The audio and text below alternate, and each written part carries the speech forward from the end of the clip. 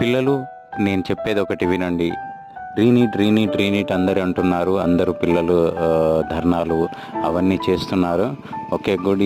ఈ ప్రొటెస్ట్ చేయడం చాలా మంచిది. నెక్స్ట్ పిల్లలకు చాలా పనిచేస్తుంది. ఎటువంటి అవకతవకలు జరగకుండా ఉంటుంది. అయితే మాత్రం ఇది ఇప్పుడు రీనీట్ ఉండదు. ఇవాళ జరిగిన 1563 పిల్లలకు 750 మంది గైర్హాజరయ్యారు. సో మళ్ళీ రీనీట్ ఉండదు. మీకు వచ్చిన స్కోర్ వల్ల మీకు కౌన్సిలింగ్ ఉంటుంది. కౌన్సిలింగ్ వెళ్ళమని చెప్తుంది సుప్రీంకోర్టు కూడా. సో అందరి పిల్లలను ఉద్దేశం పెట్టుకొని ఇంకా సుప్రీంకోర్టు కూడా నిర్ణయం వెల్లడిస్తుంది. మీరు భయపడకండి, ధైర్యంగా ఉండండి. మీ సమయాన్ని వృధా చేయకుండా ప్రిపరేషన్లో ఉండండి. కానీ భయపడకుండా హ్యాపీగా ప్రిపేర్ అవుతూ ఉండండి. బెస్ట్ ఆఫ్ లక్ ఫ్రెండ్స్, పిల్లలు అందరికీ.